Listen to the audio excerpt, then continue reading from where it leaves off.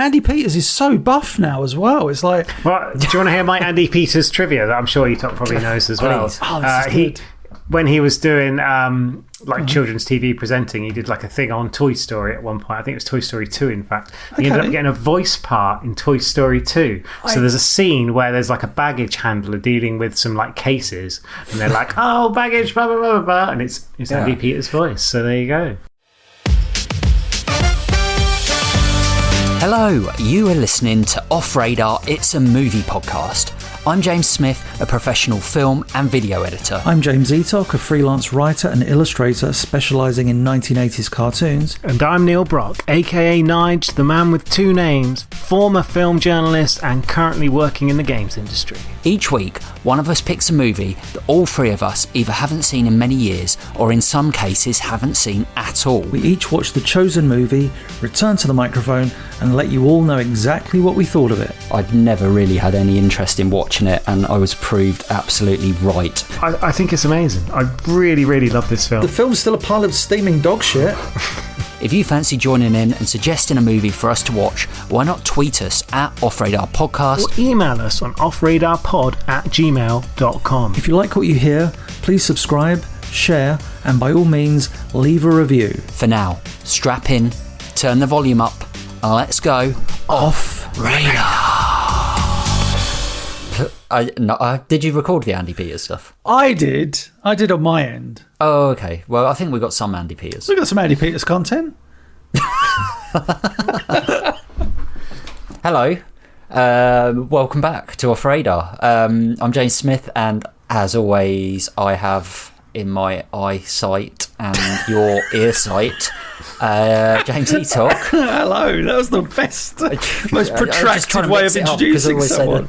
In my vision of my field of vision, I had recently had laser eye surgery, and well, yeah, I did. Well, 2 years ago, but yeah, good promotional tool, Smith. It is, and Neil Brock. Hello. Oh, very good. But we call him Nige.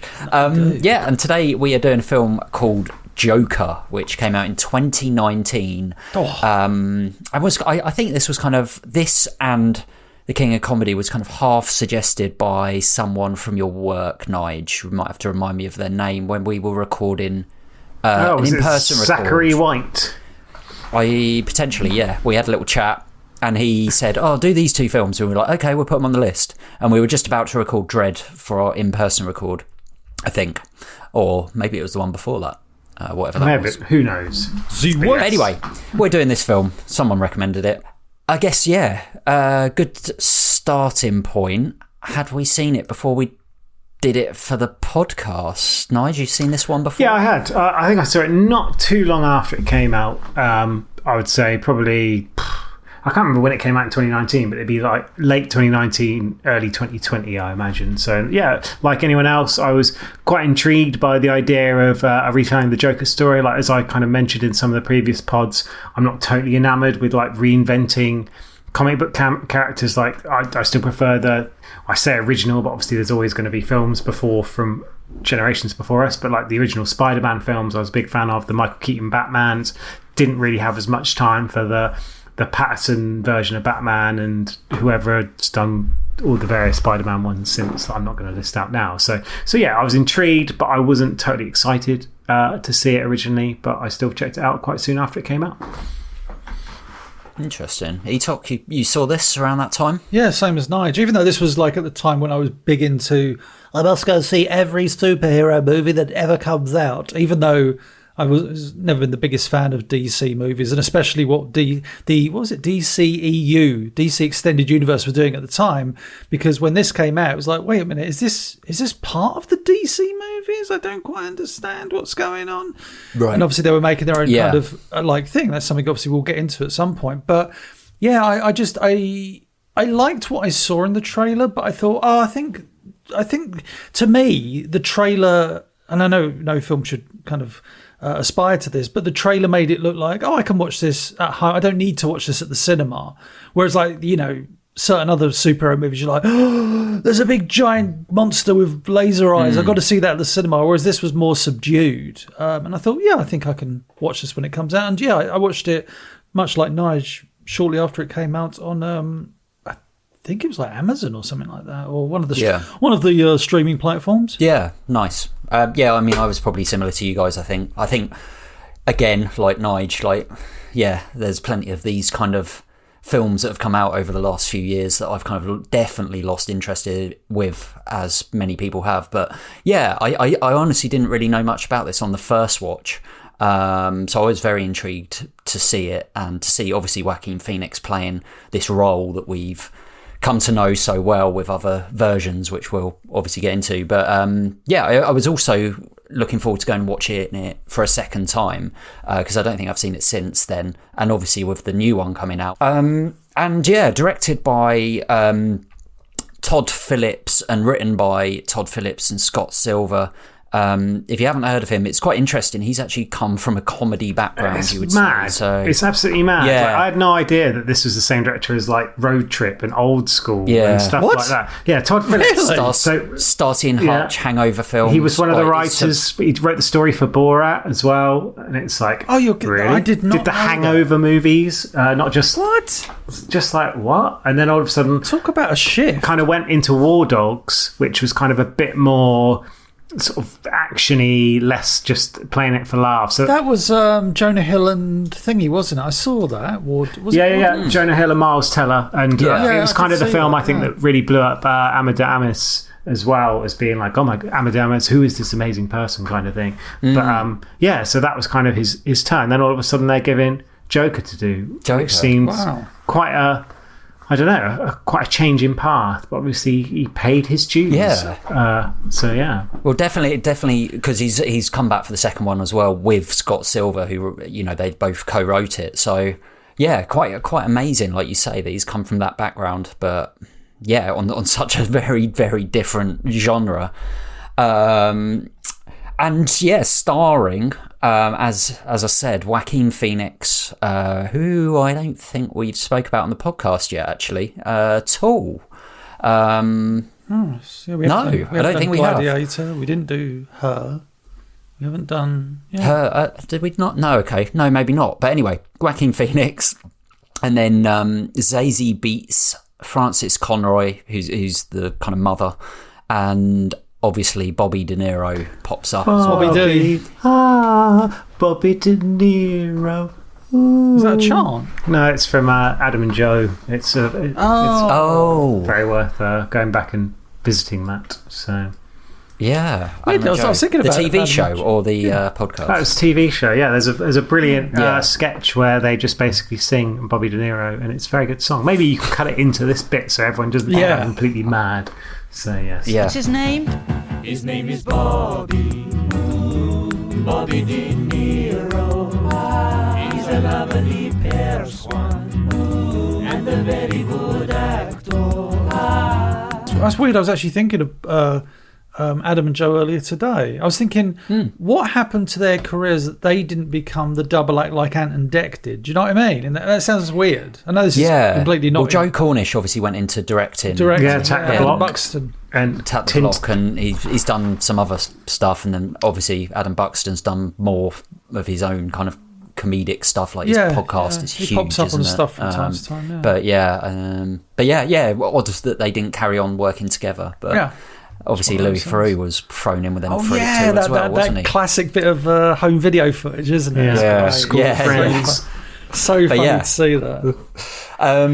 I have written a synopsis for this film. It better end with an ellipses, otherwise I will be annoyed. Of course. All right, go. It's 1981. We are in a bleak and broken Gotham, and are introduced to Arthur Fleck, who is a professional clown and aspiring comedian who lives with his mother Penny. He suffers from a neurological disorder that causes him to have random, uncontrollable laughing fits. The film looks at Arthur's backstory, how he got to where he is, his battles with his condition and mental health issues, before slowly transforming into the character we come to know as the Joker. It was good, Smith. I like that. Thanks. Arthur, I have some bad news for you.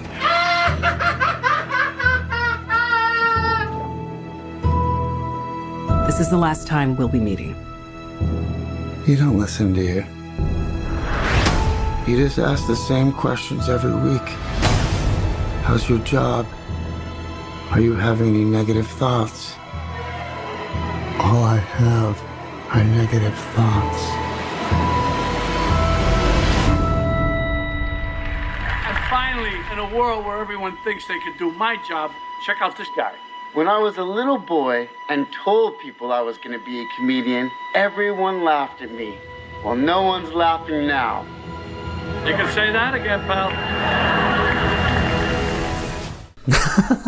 But yeah, straight. The first shot of this film. Let's go. I think it's actually worth just pointing out what the first shot is. If you guys remember, it's Joaquin Phoenix. Oh no! Before that, we've got one of my favourite things about the movie, which is the classic 1970s, late 70s, early 80s Warner Brothers logo. Oh, okay, yeah. It's the old. Yeah. It was one of my favourites, that one, because it's so of its time. It's just the way it's stylistically done on that red background with the black circle with the white Warner logo in. When I saw that, I was just like, oh, that's such a great idea. Because if you know, like, even if it's subconsciously, if you know anything about film, you immediately know when this film is set just by that, which sounds weird, but it's like, you know, if you went to see like a film and it was the let's think, like one of the old Paramount logos or something, and you're like, well, this is clearly from the 70s or something, and then the film is set in that tone, you're like, oh, I know, that's why it's doing it. And with this, you know, the logo goes straight into like you said, that first shot and the establishing of this kind of very downtrodden New York, let's be honest, of the early 1980s. Yeah, immediately, sort of obviously, like Taxi Driver's been a comparison, like The French Connection, that kind of vibe straight off the bat. But yeah, go on, Smith, you were saying about like the first shot post logo. Yeah. Well, it's Phoenix putting on. It's like a really like wide tracking shot in. He's putting makeup on in front of a mirror, and right from the off, you can see this kind of sadness in his face as he's doing it. But yeah, you get that sense of this struggling character. Yeah, he's obviously putting makeup on to be a clown. But yeah, I love that kind of look of Gotham. It's weird because I feel like we've said this in every... Bless you. Thank you. Kind of Batman-ish film we've done. So we've done Batman with Patterson and we've done Batman Returns. I think they're the ones, but obviously Gotham. Oh yeah, I was just thinking like we've done Gotham. This will be the third time. Yeah, absolutely. The third time we step into this universe, and all very different kind of, you know, like things, kind of iterations of this universe.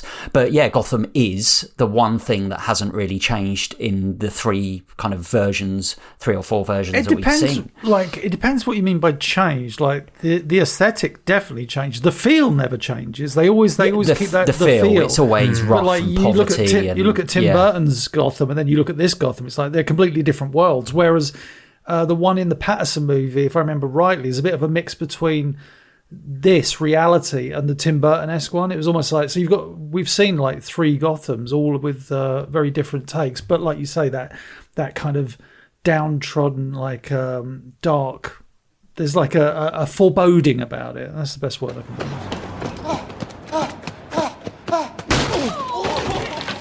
Come on, beat his ass up. Come on, this guy's weak, he can't do nothing. Harder. Beat him up. Take his stuff. Let's go. Joaquin Phoenix, I guess, as the Joker, he kind of like has this, as I say, this disease where he has the crying and the laughing, and there's quite near the front where he's doing this uncontrollable laugh where he's laughing, but then it's almost going into crying, and straight away as an audience member you're made to feel incredibly uncomfortable, which is, you know, obviously I feel like I felt through quite a lot of this film. Well, yeah, like quite early on they kind of play it up in the sense of he's on a bus and as a child, and obviously he's trying to lean into his nature of being a clown. This is someone who wants to entertain people. He wants to be a clown. He wants to bring joy to people, partly because, as we kind of later find out, he had such a rough period growing up.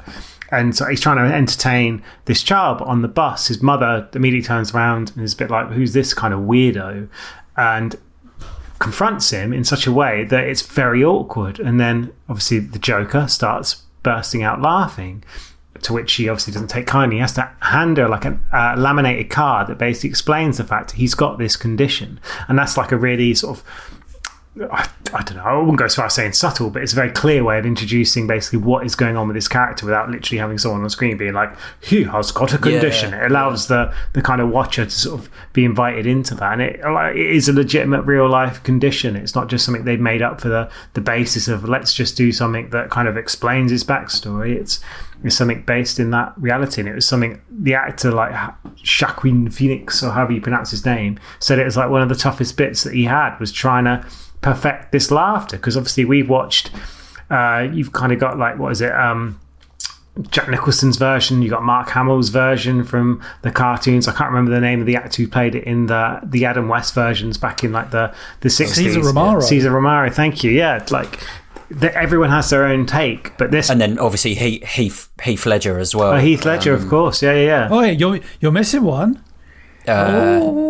Mr. Nobody. Oh yeah, Jared Leto. Well, yeah. Well, and this is the other thing. Like, I mean, Smith, like, just sort of going on a very quick tangent. Smith obviously mentioned the fact that straight away it was surprising that they were going to do another Joker film. You said there was DC. Yeah. Jared Leto was apparently very put out over the fact they wanted to do this, even though it was seen as like a completely separate entity. There'd be no sharing of universe, blah blah blah blah blah. But even so, like, for them to sort of produce two Joker-based films in very quick succession, especially after the first one with Jared Leto did not go according to plan. I will say what this film, the strength of this film though, is that, and it's something I do like about it in ways and hate about it in others, maybe too strong a word, but it's like, I do like the fact that it steers clear of the superhero aesthetic. You know, it doesn't, even though this is the world with the Batman in it, you don't get that. So you have this very kind of grounded story that doesn't feel like a supervillain story, but that's also one of my early criticisms of this film. I think you'd be forgiven for turning this on and expecting, you know, like a supervillain or something leading into a superhero film, but I mean, I think it's a good thing. But, I agree. But I think because I've seen like 20 Batmans and Joker versions like that, so for me it's nice seeing. Well, you know, you could just watch this as a film, and it didn't really even need to be, you know, the Joker in that sense. That's the key, isn't it? We'll get to that. Yeah. We'll get to that. Yeah. But like that was my problem. I thought, like Nige said, that laughing condition is a real thing. I feel like I'm jumping in too early with the criticism, but I thought that was a bit lazy, because it's like, well, he's the Joker. We need him to be like, I'm the Joker. So why don't we give him a medical condition that makes him laugh? And it's like, did you need to have that in? I get that enables him to be like a social outcast, and like you said, Smith, with that scene on the bus, you get that. I understand why it's there, but it just feels like a little bit too forced, of like, he's a Joker. Remember him? He laughs a lot. And it's like, well, I mean, he laughs, but, you know, I mean, like, I would say, you know, I didn't care for this Joker, but Heath Ledger's was like the kind of psychotic side of the Joker, and you didn't get him going like, no, or any of that. I mean, I know what you mean, but I actually think the laughing with him, because he's so good. I think if you've got an actor that is not good in this role, then I don't think it works. But I do think it. I know what you mean. I think sometimes throughout the film, the laughing is done too much. So there are moments where you're like, okay, the kind of shock of this like disorder and his acting skills are kind of, it's almost like, oh, we're going to make him laugh again like 20 minutes later. However, I do feel like they get that balance right, because you have that empathy with this character so much, I think. And that's what I think is clever about this film. You know, we get this backstory of, obviously, his childhood and, you know, what his parent or mother was like, and he's fatherless, so he has this kind of weird kind of infatuation with Robert De Niro's character, who's almost like this a father figure. So I feel like we really build that character enough so that, for me personally, that laughter isn't, I totally get your point, but it's not it's not comic book, so it doesn't feel like it's just like chucking it in for the sake of it. No, that's the irony, isn't it? It's like you say it's not comic book. This is a comic book, though. It's not like a falling vat of acid. Suddenly you're a Joker in a comic book, but it is still that origin story, isn't it?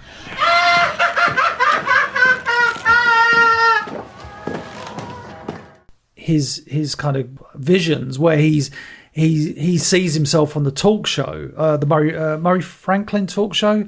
It's really well done, actually. It's really well done because, like, you've got Murray Franklin, like, hey, everybody, and Bobby De Niro. It feels, like in Requiem for a Dream, where she's on the quiz show, yes, that's actually they have those kind of visions, and you're like, oh, is this real? Is it not? And it feels almost like that to me, anyway. And it's easy to kind of, I think we've all kind of dreamt of being in that situation where not necessarily you're called out into the crowd, but being the star of your own kind of story, kind of thing. At least someone as narcissistic as I. And it's that thing where you get like. It's so good because you know soon enough into this fantasy that it is a fantasy, but it's done so well where like he stood there, because he's like, stand up, young man. Nice bit of rapport back and forth, really good. And but it's so genuine because you think like because that's what makes it so good when you meet Robert De Niro's character later, Murray Franklin. You meet him later in the film and you can make those comparisons and it's like, oh, I can see it is the same guy. In terms of the personality, and it's so good how even in Fleck's kind of fantasy, he's still mocked in a way where he's like, I live with my parents, and everybody's like, oh, and Murray Franklin's like, no, hang on. It's that's really cool. And how he defends really him and good. then kind of says, you're an outstanding kind of young man, your mother should be proud, that kind of thing. It's like, it doesn't seem like such an extreme fantasy. It's not like you've won the lottery and all these amazing things happen. It's very, very just kind of like, even in like his wildest fantasy, it's quite grounded. And obviously that ties into other fantasies he has and kind of Fight Club-esque misdirections. That was clever. So the fact, obviously, with the girl, is that what you? Yes. Yeah. So it's never made clear to the user that basically the user, the film. So I'm just in computer games terminology. It's never clear to the watcher that like he builds up this friendship with a nearby neighbour in their like dingy apartment. She's got a child, but she takes an interest in him in a lift. He does something funny, then she shows up at his door, and there's all these scenarios. I love that. He does the gun to the head. The gun to the head. She does it first in the lift, doesn't she? Because she's like, "Oh, the boy's making all this fuss." But she does it in a like. A very innocent kind of way, even in this fantasy. But when he does it, it's like, oh my god, like he's blowing out his brains. That's terrifying. Yeah. You would not just go laugh and smile at that. You'd be like running and shutting the door. And then, but even for me, like on the second watch, that didn't have alarm bells. Oh, maybe this isn't true. Yeah, I was like, I was. Yeah, like the first time I watched it, there was definitely that question mark of like, okay, it's a little bit unrealistic. She was a little too weird. She was too accepting of it. And it's like the world they've created. She seems too warm in that kind of that building, and it's like you're not going to get that. Usually the neighbours, it's like shut the fuck up, shut that door. Shut but like the person on the bus and people, like everyone we meet in this world, all the other clowns he works with, his boss, like the fact he's working as a clown, he's like one of those guys who spins signs. He gets mugged by a bunch of kids. Like everyone we meet, even his like social services type worker. Yeah, nobody in this world is particularly kind, and I think that's the root of where Joker's problems come from, like, and the fact that people are constantly trodden on, and it's like the American dream is like that anyone can make it to the top, but the reality of the American dream is most people do that by trampling on other people. So, well, the other thing is, I think this film does really well, and like what it's kind of piggybacking on what you just said there, is that thing of New Yorkers, Gothamites not getting on, but it's so reflective of that time in like America, especially again New York, the big city. It was just well, and also reflective of right now, I guess, with like the kind of polarism. But no doubt about it. But back then it wasn't a divided America. It was more it was almost like everyone's in it for themselves. There was a complete lack of community, camaraderie, whatever you want to call it.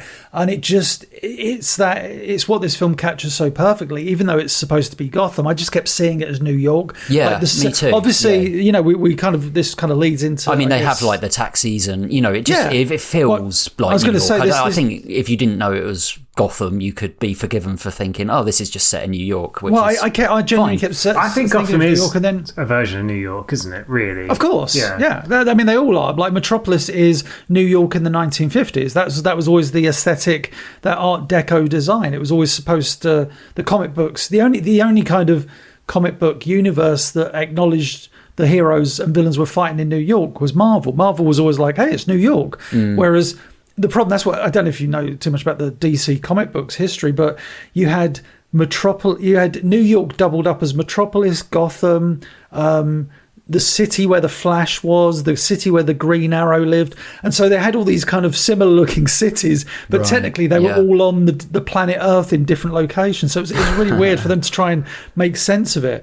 But what that leads into is what I was saying is that you get that New York-esque vibe again when he's now on the train. Oh, it's such a it's great. Well, go on. You can go away. I don't know. I mean, I feel like this go away. Yeah, I mean, lead the way. Go away.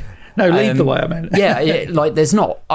From watching this film a few years ago, there weren't many scenes that I actually remembered, but the train scene stuck in my head because obviously there's these three like absolute drunk pricks, like, picking on a woman, and then he basically, this is the moment where he first like snaps, doesn't he? Absolutely snaps, and obviously kills them.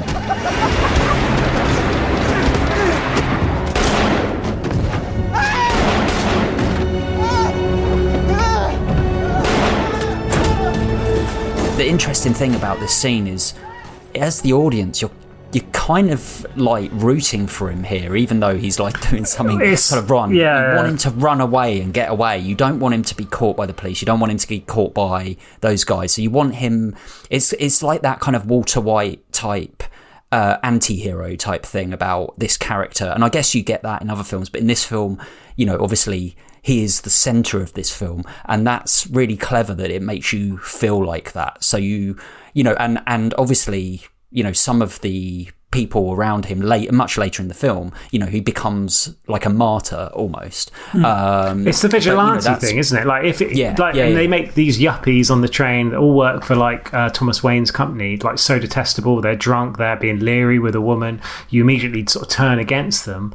But obviously he goes to an extreme. And I think something that Todd Phillips mentioned was that, again, obviously with this 1980s setting, a lot of people listening to this won't be aware, but in 1984 there was like a New York City subway shooting by a guy called I think it was Michael Gertz, or he was in the We Didn't Start the Fire song. Exactly. So he basically was getting mugged and then just shot basically the people who were trying to do so. And there was a big court case. There was a lot of drama. He was on like talk shows. It was a huge deal at the time, and it kind of sparked all these like nationwide debates about crime in like US cities, the power of like whether or not you should be able to defend yourself, etc. He served 8 months of a 1-year sentence, and then basically the guy who got brain damage from being shot by him got like a 43 million civil judgment against him, and all this kind of stuff. But again, it sort of ties very much back into this kind of like 1980s vibe, like, and based on reality, like that kind of New York shooting. Wow. And like you've mentioned a couple of times, Smith, like this trying to feel like empathetic about the character, like he's so downtrodden. I think something Phoenix said in terms of when he was trying to bring to the role, he didn't want a very specific laugh that can be sort of called back to a specific condition. It was like an amalgamation of a bunch of different things, and he didn't want anyone to be able to like look at the sort of character he's playing and say, oh, this person's like a schizophrenic or has got this condition or whatever. He wanted it to almost be a nothing, because he didn't want people to feel empathy for him. He wanted to just be this interesting character that kind of goes through the story and does things that kind of push the boundaries. And there's some films I would say that I've seen in the past where you kind of, well, Breaking Bad's a perfect example. Like, you feel sympathy for a character. How far do you go before they break that line? And I think, for me, maybe because I'm from more of a kind of like a liberal left-wing ideology, I was a bit like, those guys were dicks. Did they deserve to die? Possibly not. Yeah. But then he continues to go further. Like he eventually takes the life of his mother, etc., etc. There's all this stuff, and just on that train scene as well, I do love the way the light kind of flickers in and out. So you kind of get that like atmospheric. It is almost it's so atmospheric, but it is almost like this is like a bit more kind of Batman-y in the kind of the visual kind of sense, because it's so dark. But trains are used in so many films in very different genres. It's but in this film, it's something very iconic about that, because there's not it's not a full train either. They could easily have put a few people on there and they're running out and screaming, and like in I don't know, Spider-Man 2, there's a big train scene, but it's like the polar opposite. Well, exactly, it's the polar opposite, because it's like again, it's like almost this train could derail. It's that rickety and rubbish. And it reminds me of The Warriors. Like, it's one of those sort of films whereby like that kind of classic beaten down, you almost should be riding this train. You're like taking your life into your own hands by even being on it. And yet the only kind of likable person in that scene is the woman the lady kind of gets accosted, starting to get abuse, and she sort of leaves the scene. But it is interesting. Like it's kind of said there, like, it's atmospheric, it's really well shot, the tension is high, it's like you don't even realize he's pulling it out. He's like taking a kicking on the floor, and all of a sudden some guy's head's pretty much exploded. It's quick, isn't it? There's a moment afterwards which I didn't kind of recognize straight away, but when he's killed them, he moves the gun past his head, almost has this brief second of reflection of like, will I kill myself type thing. He kind of goes like that, but it's really subtle. If you go back and watch that scene, I think it's clever. Just to say, like, obviously he ends up killing 3 of these yuppies. The first 2, you could argue, were in self-defense. The third one, he hunts down and shoots in the back, and that is the line, isn't it? That's the it's gone from he's protected himself to this person deserves to pay. And I think that becomes a theme of the movie. It's like, oh, this person's wronged me. Like, he gets the gun from another of the clowns who basically tries to set him up so he gets fired, because they all find him really awkward. They don't want to work with him.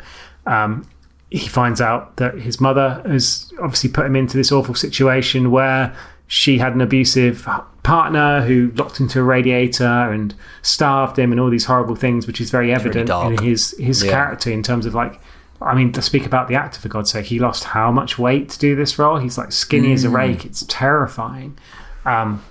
He's someone who is constantly pushed and pushed and pushed, and finally he breaks, and then the dam is open, I suppose. So the way he acts with those scenes where you see his body as well is so physical. He kind of like curls his body up and you see his rib cage, and his arms are so expressive in this film, and his facial manner.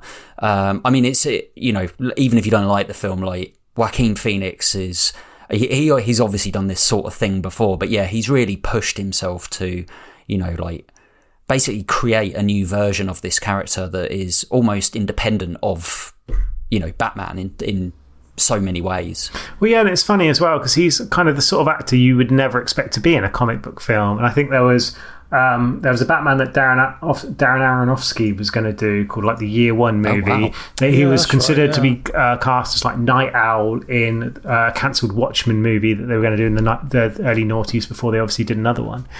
And I think him himself wasn't necessarily looking to do this type of film, but then he wanted a really interesting character to play, and he thought, when he read the script, that's exactly what this was. It was a challenge to play the role. There were the physical demands, there were the mental demands, and he is probably an actor more in the spirit of kind of a Robert De Niro, that he fully embraces the role. He wants to kind of live that role. I can imagine he's the sort of person that only wanted to be called Arthur or Joker on set kind of thing. He's not someone who's just like larking around and then action and then suddenly changes. So and it's just a very kind of interesting way to put together a film, of having someone like that who I guess is known as being like a very stellar actor, like hanging the weight of the authenticity of this film, of the credibility, I guess, of this film on him, by even being in it. If you'd have just cast, I don't know, like a throwaway Hollywood actor in this film, I think it would have died on its arse. But instead it turned into this $1 billion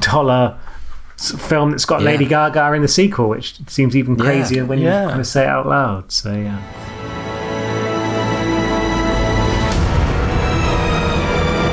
so awful, isn't it?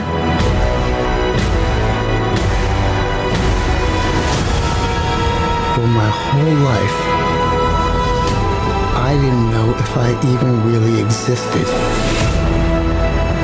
But I do. And people are starting to notice. You think this is funny? Is this a joke to you? Yeah, I don't, and then there's the Thomas Wayne thing, I guess we talk about, a thing where they kind of desperately grasp at the origin of where this movie comes from. It's like, oh yeah, we should try and connect it to Batman. Yeah. It's like, you don't need to do this part of the film. It's like, I get that you have to explore, because when he meets, he goes to the gates of Wayne Manor, because that's what it is. It's Wayne Manor. Well, it's because his mum used to work for him, so that's like the backstory. And then she claims that basically Thomas Wayne is actually his father, his dad, and they had an affair, and it got hushed up. And there is like a little bit of, well, is she telling the truth or is she crazy? And like I was in that thing of like, please let her be lying, because I don't want this connection to be a thing. Because to suddenly make them brothers, it's lazy writing. Brothers. I've seen that so much in Hollywood over the last like 20, 30 years of just like, what should we do? How do we make these two mortal enemies? I know, let's make them brothers. The only time that really worked was in like Thor and Loki, because it's like, oh no, that dates back to... And Lion King. Yeah. Lion King, exactly. No, but seriously, it does work. But it's like, it gets so overdone now where... I was just like, please don't let this be the case. But I did roll my eyes when he, there's a little kid at the gate and he's like, hey, what's your name? And he's like, I'm Bruce. And I was just like, oh, yeah, he's going to be Batman, isn't he? I'm already getting vibes of what he thinks of this film, by the way. Well, no. I think there is, I think I've got an interesting case that I will present at the end in front of the court. But... yeah, I was just like, oh, really? And then which I forgot first time viewing. Like the second time, I was like, oh, of course, that's Alfred, like the butler dude. Well, he's not a butler. He's like buff Alfred. I didn't even clock that at all. I did not clock that either. But he's like ex-SAS, isn't he? And like, so he comes up to the gate and he's like, get away, get away, and he's just like, oh, but then he like throttles him. You would never throttle Alfred. You'd never get away with that. Nah. Alfred's neck muscles alone would like destroy. There is a bit actually where Arthur like kind of does the smile on Bruce Wayne, isn't there? And it's it's obviously incredibly creepy and weird. But as an actor, if someone I could never do that. If someone's paying me like millions of dollars and they said stick your fingers in a child's mouth, or as a child you're gonna have a grown man put his fingers in your mouth and be like, can I not do this role anymore? So we've obviously talked about, the death on the train scene. The other massive moment in this film is when the two clowns visit his house. Oh, it's so good. And it's like the big fat one and then the dwarf clown. And it's so brutal because he has the scissors and he basically kills the clown that set him up with a gun. And he kind of he sets him up with a gun. But to me, it's quite a funny scene. It's the funniest moment in the film. The dwarf guy is because he's got a British accent. It just makes your face like, oh no, Arthur! Why are you doing that, Arthur? That is a very good impression. Oh no!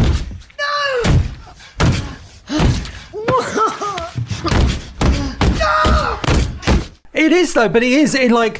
I think I've seen that actor. But he can't reach the door, can he? And he has to go back to it. It's like, oh my god, what's he going to do? It's the it's almost like the narration as like Arthur's brutally. What are you doing, Arthur? No, and then he's behind a chair, almost like a bar stool chair, and he's just, and all you can hear is just it's funny, but obviously funny, tragic, and you just hear kind of off camera him go like, oh. Why'd you do that, Arthur? And it's like that kind of, that horrific. And it's horrible because you think, oh, he's going to you think he's going to kill him as well, definitely.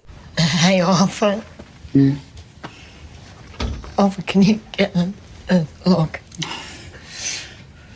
I never thought he would, because they seem to have an okay relationship from the start. And again, he kind of comes through and says like, oh yeah, you're always kind to me. And it's almost like, I don't believe that being a dwarf qualifies you as this, but it's almost like they're portraying like, oh, if you're a freak or if you're on the outside, then you stick together kind of thing. And I think there maybe have been an element of that. No, I understand that. I think my thought of, I don't know if Smith might be in the same boat, I thought, the reason I thought, is he going to kill him, was very much because they had this kind of friendship, and it's just like, is this just going to show how far unhinged he is now that he'll kill like someone that's been kind to him as well? And it's just like, when he kind of, like you say, lets him go, it's just like, okay, so even in this kind of manic state that Joaquin Phoenix is in, there is still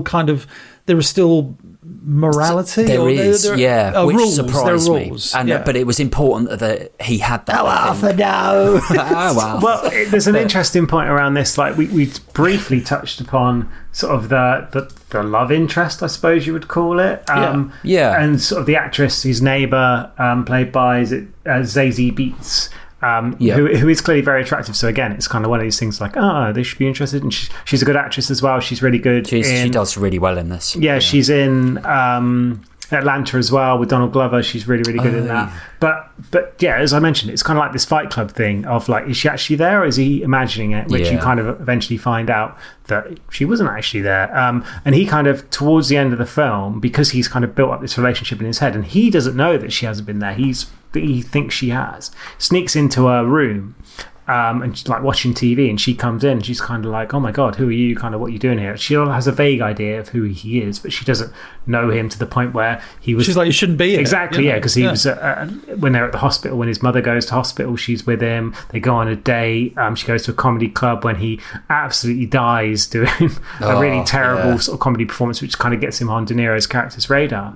But there was a lot of kind of like fan theory that because Arthur had sort of gone to the brink at that point, that he murders her and the child before he kind of goes on the TV show.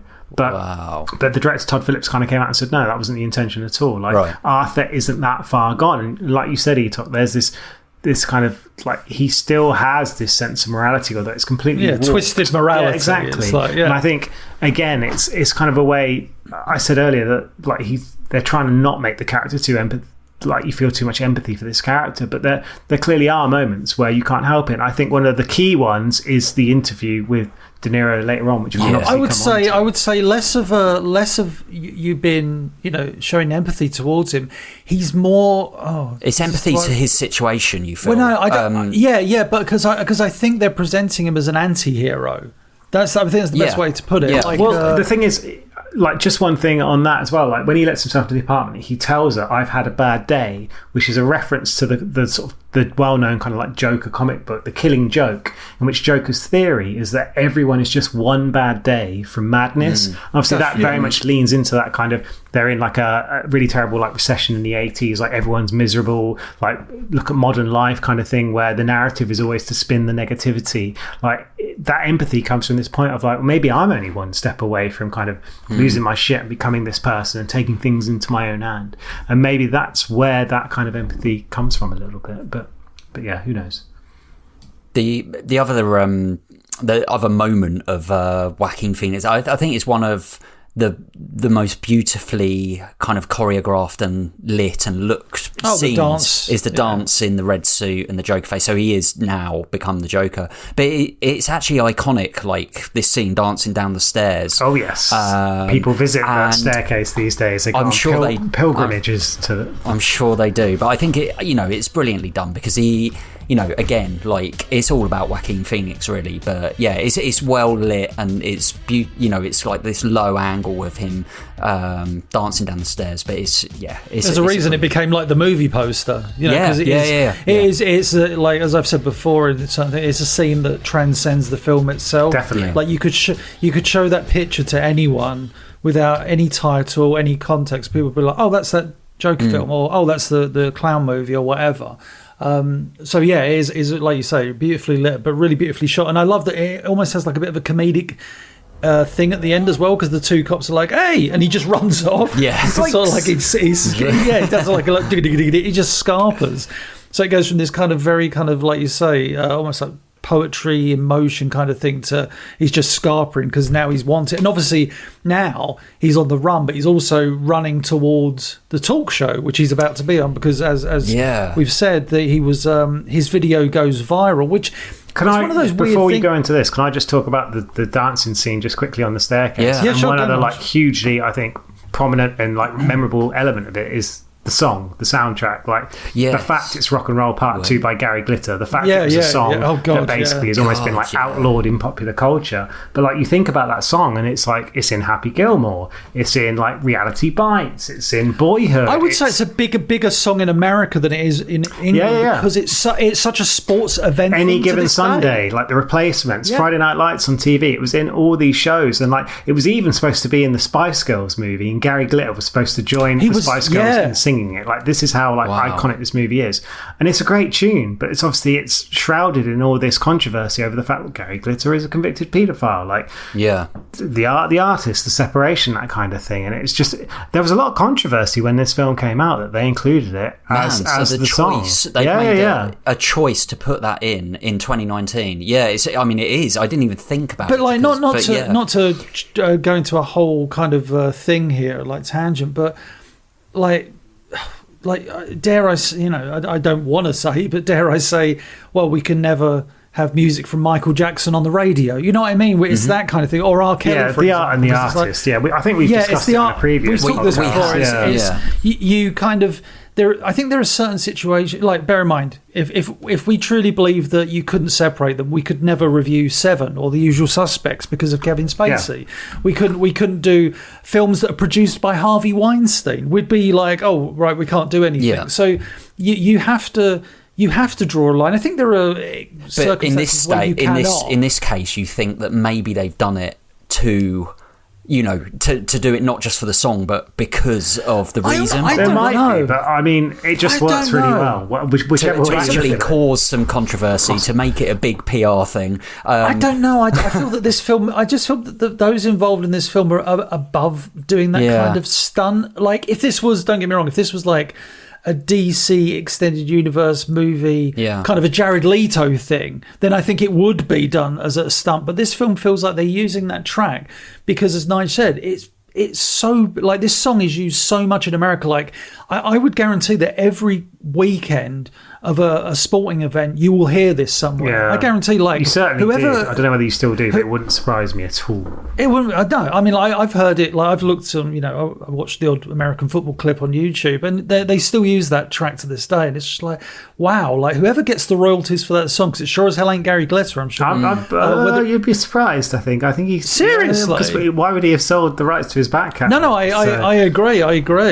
Probably to pay for some. Well, I was felt sorry for his bandmates, because like his bandmates, like, I'm just a drummer on a really good track. Exactly. I can never play that again. It's like the Lost Prophets lead singer and his bandmates. Oh dear, that's another story. Anyway, let's not go down that path. I think that's even darker. But Eto, you're going to talk about, obviously, the Joker runs off to the talk show. But like Mark Maron, I forgot he was in this. I watched an interview with Mark Maron actually before we recorded this podcast, because like he said, it's like 3 lines, and Mark Maron, for those who aren't familiar with him, is like quite a well-known comedian / sort of podcaster in the States, and he was kind of saying, like, he obviously got cast in this role, and he's been an actor for a while, but it's always quite small roles. He was saying himself the amount of times he says he's in a film and people are like, you were in that film? But he said it was really intimidating, because his 3-line scene is with Robert De Niro, and he came in as Mark Maron, and apparently he was saying how, like, they shot the scene, he went and sat down in like his chair,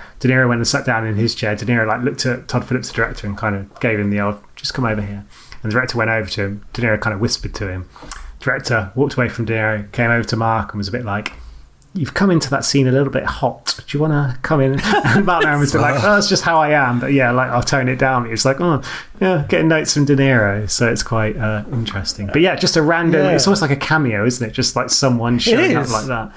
I mean, even De Niro to a certain point is, he's not in this film very much. And obviously we'll get, I think in our next podcast, The King Comedy, we're going to get into some more comparisons. So we're going to do that. It's kind of hard not to, isn't it, really? So, but obviously, this De Niro even being in this film is a massive callback to King Comedy. And yeah, I mean, Taxi Driver is another big comparison. But yeah, we will get a little bit more into those comparisons. But I think it is worth pointing out how bloody good De Niro is in this film. Oh, he's great.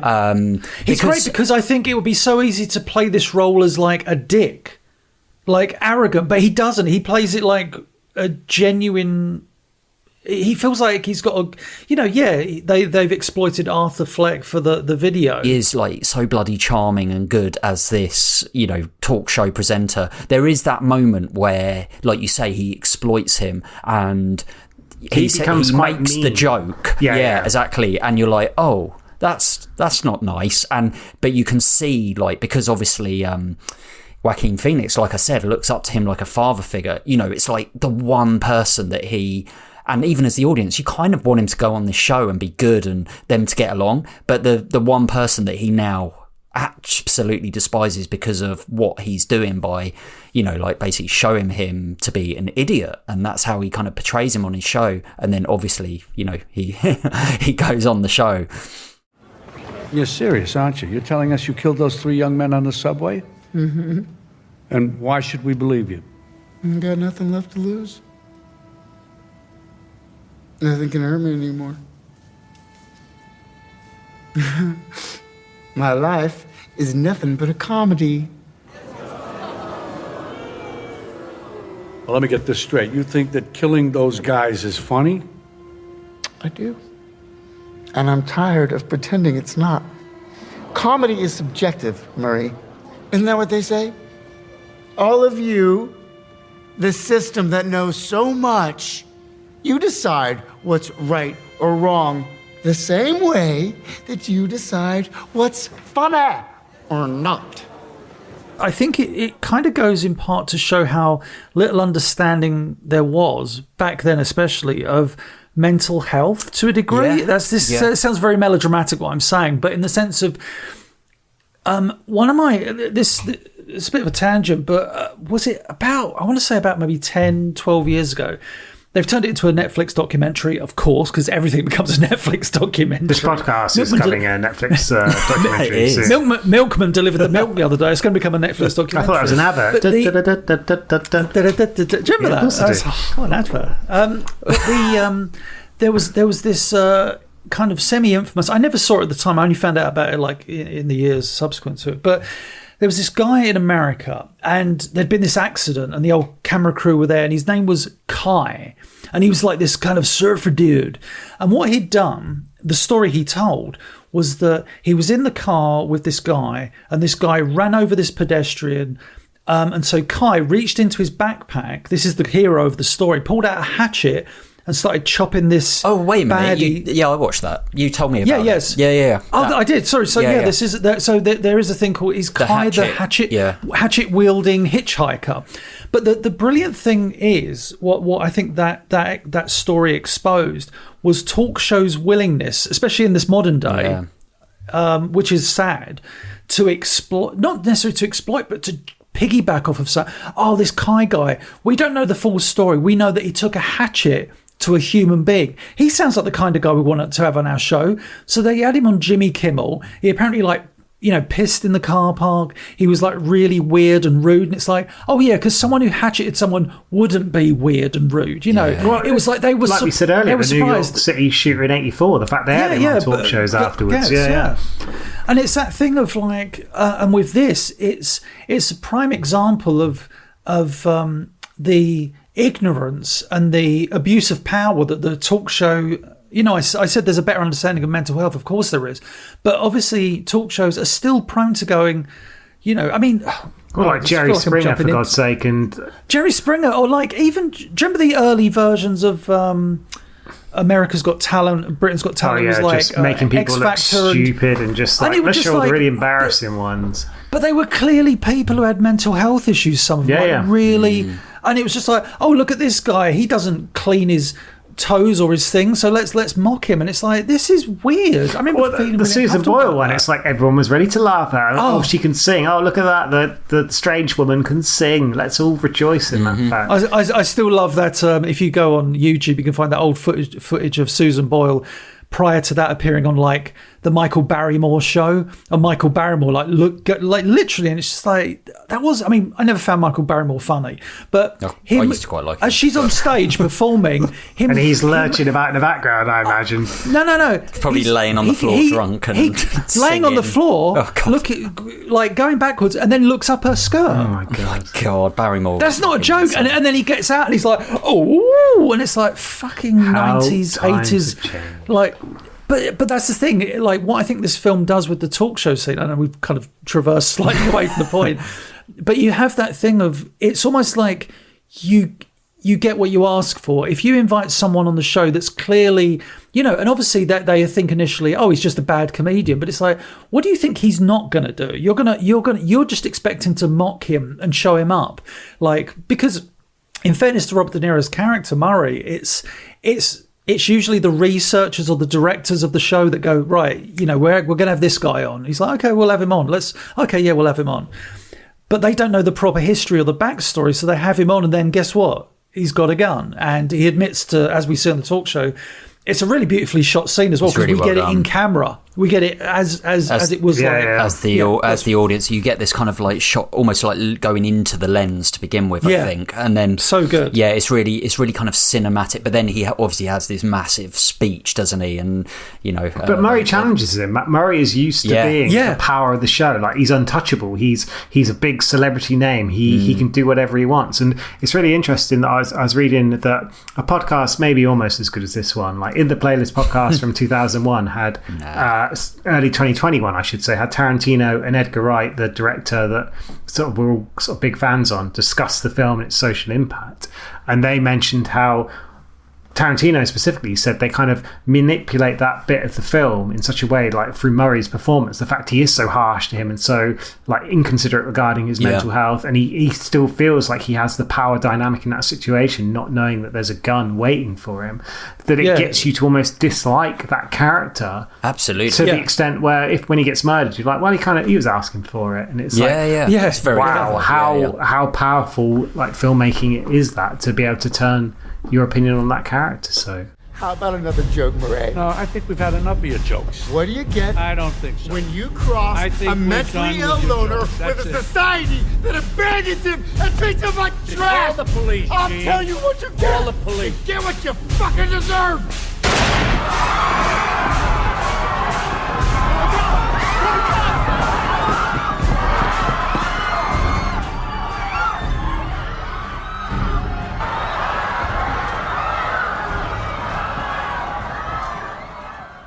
Should we get Tarantino on the show, do you reckon? Or do you reckon he's going to be busy? Well, he might be. No, there's only room for three of us. Get him off. Okay, guys. Okay, guys. Yeah, what's the scene with the toes? He loves his feet. He loves his feet, that bloke. It's a brilliant scene, and it's so again we see how clinical kind of Joaquin Phoenix as the Joker is. What's his line? He says something like, it's a good point. He goes, "You get what you fucking deserve. You get what you fucking deserve," and just shoots him straight away. And it's like blank, and the blood splatters onto his makeup. So well done. Which is really effective, because obviously he's got the kind of white and red already. The reaction of the audience, the cameras, everything, it's all so good. It's and then raw. He walks up to the camera and he's about to say something, and it cuts to the old test card. Yeah. Like do do do do do. And then like suddenly he's on the news all around the world. You see it in like the sort of production room or whatever you want to call it, where they're like reports from blah blah blah blah blah, and it's very nicely done. Like the ending to this film is like basically anarchy is kind of ruling now, because like all these like clowns and people have like feel like him. They feel like we said right at the start, downtrodden and forgotten, and like people are hurt and upset at the kind of the way the world is. So they're kind of on his side. Well, at least a proportion. They're just standing up to the elite, the 1%. Can I use the phrase? It's a classic phrase. The voice of the voiceless. That's what it is. Yeah, absolutely. He does that. He's like bang, and it's like it's almost like to a more extreme, like Natural Born Killers. Like one of the iconic scenes in that film is he's being interviewed. He's like he's giving his whole speech, and it's fantastic. Robert Downey Jr. is interviewing Woody Harrelson, and he does the shit, man, I'm just a natural born killer. And then he does. I think he does a bit more, and then like the riot happens in the jail because they think this guy's speaking for us. And the irony is, of course, that Woody Harrelson's character doesn't care for those prisoners or anything like that. But it's that. That like you said earlier, Spiff, he becomes, in this case, Joker becomes a martyr. But similar to Woody Harrelson, that's not his intention. He's just as I said right at the start of this, like all he wants to do is entertain people. All he wants to do is make people laugh, and that's what he thinks he's doing. Like he's going on comedy show, on doing stand up, trying to make people laugh. He's trying to be nice to people. He's trying to entertain the kid on the train, etc., etc. And he gets onto this stage, and he's mocked, and he feels it's desperately unfair.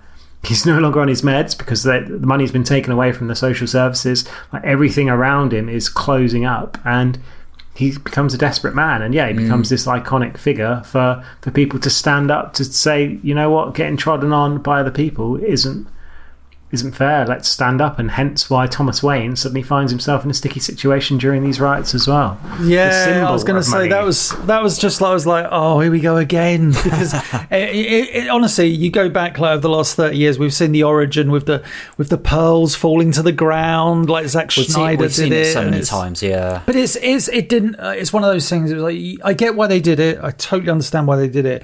They didn't need to do it. This film didn't need to see the origin of Batman again. It was just like, oh, I mean, I would have been great if they'd have killed the kid as well, because then you would have been like, oh, okay, so we're not in this world. We're not in this world. But it's just like, oh right, so now you're basically setting up Batman number 17. As in like, this is the thing. Like there isn't really, aside from that, of course, and the fact he is the Joker, there's not a huge amount of leaning into like the DC universe. No, I mean, there's one other thing that I kind of spotted and sort of read up about afterwards was there's a few articles about like giant rats on newspapers. Yeah, and one of like the D-list Batman villains is the Ratcatcher, which I think showed up in like Suicide Squad. Who the fuck is that? On. Oh wow! Oh yes, yeah. Right. So, you're right. So that's like there's a scene when he's on the phone. I don't know if you guys noticed this. It's really subtle, but a giant rat runs behind. There's three bits. Yeah, there's at least 3 giant rats in key scenes. Like, and it adds that. So in other words, the sequel's going to have the Batman. Joker versus Ratcatcher. Quite possibly. I haven't looked into the sequel that much, but like, but again, it's like. It feels a bit shoehorned in, like, because again, like I get you're trying to be part of this universe, but you're trying to do the origin story. I feel like that's I'm hoping that the Ratcatcher thing might be a stretch. I mean, like you said, it just giant. In fairness, giant like in New York in the early 80s. I know that again this is Gotham, but the comparisons are there. They had early to mid 80s New York was two things. They had a massive rat problem, and they had a massive problem with striking workers, which resulted in kind of what I think is kind of those iconic images of New York, which is just trash strewn everywhere, because they had so many, like even the real Ghostbusters did an episode where they had like just the trash was piling up and they were just like, hey man, why is all the trash still around? It's that thing of just bags and bags of trash. And it was, I think this film, again, going back to what we talked about at the start, this film does such a great job of capitalizing on that vision of New York. So I'm just hoping that the rat thing was just an extension of I'd be inclined to agree, but just quickly to say that the 3 points it happens, Arthur talking in the phone booth, then the second bit is when he's chasing the last yuppie outside the subway, and then probably most telling, when Bruce is crying over his parents' corpses, it shows up there. So it is very much like picking certain points in the film. It might just be they might just be putting it in as a little there it is type thing, rather than there's literally a headline on one of the newspapers as like giant mutant rats. I think someone even says Ratman he's coming to town. Do you fancy sending us a film to review, or letting us know your thoughts on a film that we have discussed? All of your comments will be read out in our end of season leaderboard episode. Email us on offradarpod@gmail.com tweet us at Off Radar Podcast, message us on Facebook. All links and info in the description down below. Do it! Do it! Nige's trivia? I've got quite a bit of trivia, I would say. Give us a bit. So, give us a couple more bits. I love starting with a bit of this could have been with this person, Robin Williams. Because like Thomas Wayne originally was Alec Baldwin was cast, but then dropped out 2 days later due to scheduling conflicts. He said that the character description was part of the reason why he left as well, because it was a cheesy and tan businessman who was more in the mold of a 1980s Donald Trump. And it's like, yeah, it was. It's like and also Baldwin, dare I say, haven't you made like lots of money by impersonating Trump? It's basically what But anyway, but originally Warner Brothers actually wanted Scorsese to make this film with Leonardo DiCaprio as Arthur and Robert De Niro as Murray Franklin. However, it proved impossible because DiCaprio was shooting Once Upon a Time in Hollywood, which obviously with Tarantino.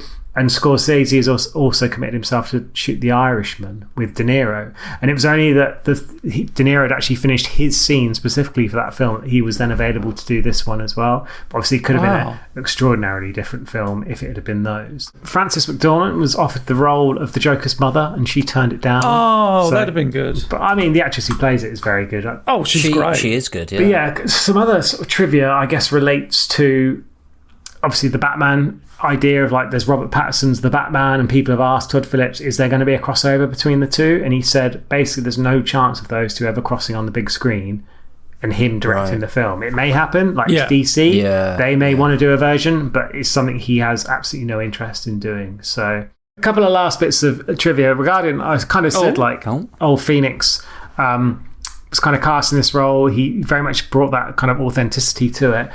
There was an article about how he would sometimes lose his composure on set and just like storm off to the bafflement of his co-stars. And just like in the middle of a scene, he'd just turn around and walk out. And obviously, if you're the sort of actor in that scene with him, you think, oh God, what have I done? What have I said?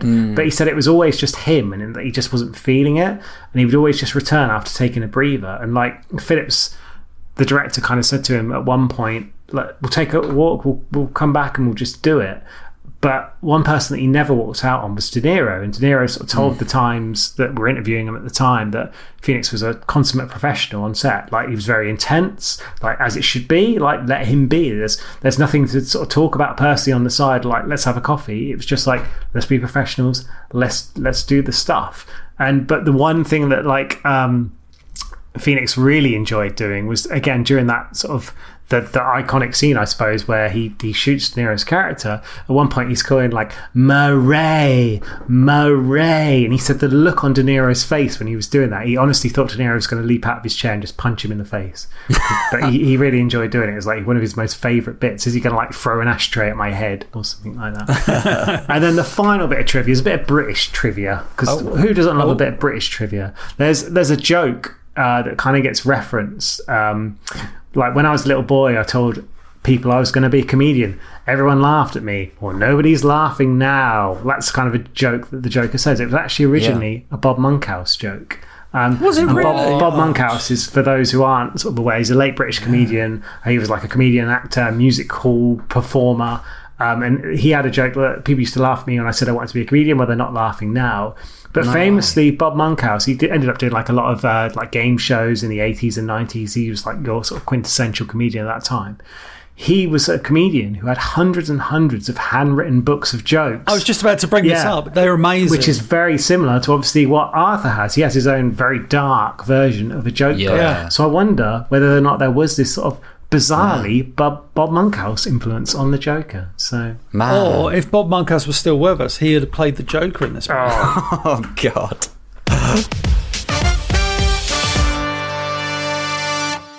What do we think of this film? Who wants to kick off? I don't mind jumping in on this one. Go on, Nige. Why not? What are your thoughts? So, your rating out of 10. So I kind of touched upon this. Like, this is $1 billion film. This made an insane amount of money. It was critically acclaimed. People seemingly loved it. Like at the awards, like Joaquin Phoenix won an Oscar for it. There was an Oscar for Best Original Score as well. And bizarrely as well, the person who did the score was actually doing the Chernobyl score at the same time. Really? And she won an Emmy for that and won an Oscar for this. So just goes to show how talented she was. But yeah, like it looks great. It's very gritty. It's exceptionally well shot. The acting like is sort of undeniably very, very strong, I would say. And yet, for me, there's something that isn't quite right about the film. Maybe it comes down to the lack of originality. Maybe it comes down to, I guess, the predictability in some elements of the plot, the fact they kind of shoehorned in, the fact we kind of touched upon this earlier, that it could have been a film that wasn't really about the Joker, could have just been like an interesting character study, but it kind of feels like it's a gritty story that's been sort of caught up in a money-making machine. But that isn't to say it isn't entertaining. I probably enjoyed it more the second time than I did the first time. In fact, I know that for a fact, because the first time it left me very cold. The second time I kind of thought, yeah, that was all right. It was enjoyable. But yeah, I don't fall into the same camp of these people that absolutely love it, that think it's the best film of the 21st century. It's got like an 8.4 on IMDb and stuff like that. For me, it's like a 7 out of 10. It's fine. Like it's an enjoyable film. It's probably not a film I'd look to revisit anytime soon. I'm not really that keen to go and watch the sequel. I'm intrigued to see if it'll bomb, because it's got like Lady Gaga in, and like, no offense to Lady Gaga, it's kind of one of those things where it's like, is this kind of... I don't want to go too deep into this, but what kind of film is this going to be? Who knows? I've not seen the trailer. Who's she playing? She's like Harley Quinn. She's like a crazy she's love Harley interest. Quinn. Yeah. So she's Harley Quinn. Okay, so I mean, like, I've pretty much, always enjoy her performances. So I think she's good a in great addition. Star is Born. Star is Born. Yeah. I think she's a good actor. Another film I think I gave like 6 or 7 out of 10. But anyway, for me, 7 out of 10. Fair enough. Ito, what about you? Yeah. So it's so funny, this film. I the first time around I saw it, I loved it. I was like, oh, this film is fantastic, because at the time, I think, like I said, I think the superhero fatigue was starting to set in, and people go, that's not a real thing. And it's like, it's not in the sense of, superhero fatigue should never be a thing. It should be, a film is as good as a film. So I was what I loved about this initially, first time around, was that it felt so refreshing. I was like, oh, I like this. We're getting a new thing. But my one thing about it was I want it to be its own thing. And I like watching it a second time, I kind of loudly groaned at times. The laughing condition, I understand why it's there and I appreciate it. And obviously Joaquin Phoenix, you're not going to fail with him as an actor. And I should stress that right from the beginning. This film, I don't. My dislike of this film doesn't stem from any of the actors in it, any of the cinematography, any of the visuals, anything like that.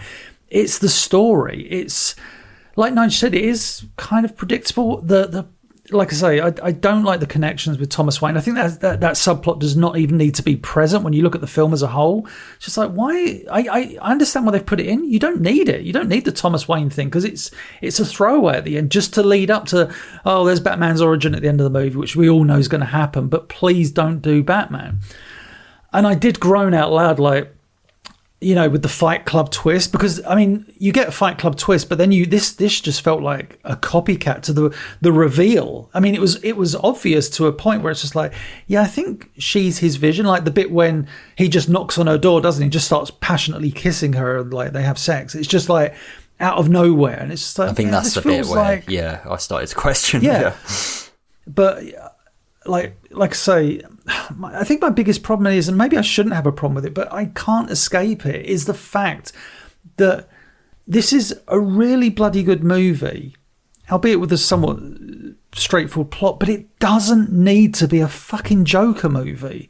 Like, and especially given that you've got this history of Jokers, I can't list them all, but like Cesar Romero, Jack Nicholson, Heath Ledger, Jared Leto, Joaquin Phoenix, the one in the Batman, I think that is actually all of them, the one in the Batman film, the animated version, whatever, all these different Jokers. And I think that works against this film. It just does not need to be appropriate in an existing IP. I think this film, granted, it uses Joker, and that's what probably earned it more money at the box office. Like if this film had been called Tears of a Clown, right? Imagine that, Tears of a Clown, the bloody Smokey Robinson song. Appropriate title. But you call it Tears of a Clown, and it's like, oh, what a great title for a movie about this guy who descends into madness, who's a clown. But they slap Joker on it. They slap some Batman references, and it just feels like it's done to its detriment. So, yeah, like if back in 2019, I probably would have given this is a 9 out of 10 movie. This time I was just like, So I think I'm going to give it a 6 out of 10. Wow. Fair enough. So that was a rant. Yeah. Interesting hearing your views. Yeah, it's interesting because when I look at, like the Robert Pattinson Batman thing, I think I gave it the lowest score out of all of us. I think I gave it like a 5 or something. Yeah, I was wondering what we gave it, like comparatively. Yeah, I think I went high. And you guys went quite a lot higher. So, like I'm totally done with Batman and the franchise, really. However, I would say that maybe that's a reason why I genuinely really enjoy this film, because it feels so departed from it. And I totally get your point on the links to it. And, I think you're kind of right. Maybe it doesn't need to be, but because it feels departed enough for me, I feel like it doesn't matter. I think, they could lose the Thomas Wayne stuff out of it and the Bruce Wayne stuff. But I don't mind the fact that he becomes the Joker in it, because I feel like because he is so bloody good in it, especially after Heath Ledger being incredible a couple of years ago, there was always going to be this kind of like comparison to him most recently, I guess. But yeah, I just thought it was a really fresh take on a franchise that's been totally done to death over the last 10 years. And it kind of falls within that. So yeah, I enjoyed obviously the performance. I like how it makes you feel so uncomfortable, and, we'll get into comparisons in, the King comedy in like a similar vein. Taxi Driver's a great reference as well. It's really similar in that kind of descendants into kind of madness and stuff like that. But, I like how I'm pushed and I'm challenged in this film. And I feel like so many films at the cinema I'm not, and especially in brackets of DC and Marvel and stuff, I don't feel like I'm ever challenged. So I feel like it's about time that this genre did challenge me. So I'm pleased that it did. So yeah, I really enjoyed it. I think a lot of people did. I think it's really interesting hearing you guys that are kind of, I guess, less in the minority, especially yeah, because I didn't expect that, to be honest. But yeah, I'm going to give it an 8 out of 10. I thought it was a really interesting film, and I am genuinely up for watching the sequel. If it's as good, I don't know, but yeah, I'm interested to see what you'll be enjoying it until like Batman comes the rat catcher. Oh shit! Yeah, I'll get you this time, Joker. No, you won't. Exactly. I can't stop laughing. I don't know. Yeah, poker face. But yeah, that's what we think. What do you think of Joker? I'm sure What do you think? Tell us. Yeah. Email us on afraidoutpod@gmail.com. If you talk a ready to hate mail, bring it on. Yeah, bring it on. Tweet us while you're on a subway carriage, and then go and shoot a bunch of people. Don't do that. No, weirdos. Naughty. X us on Off Radar Podcast. Follow us on YouTube, Facebook. We're everywhere. Go check us out. Did you know you can now subscribe to Off Radar It's a Movie podcast on YouTube? You can watch exclusive trailers and listen to brand new full episodes. All links and info in the description down below. Somebody stop me!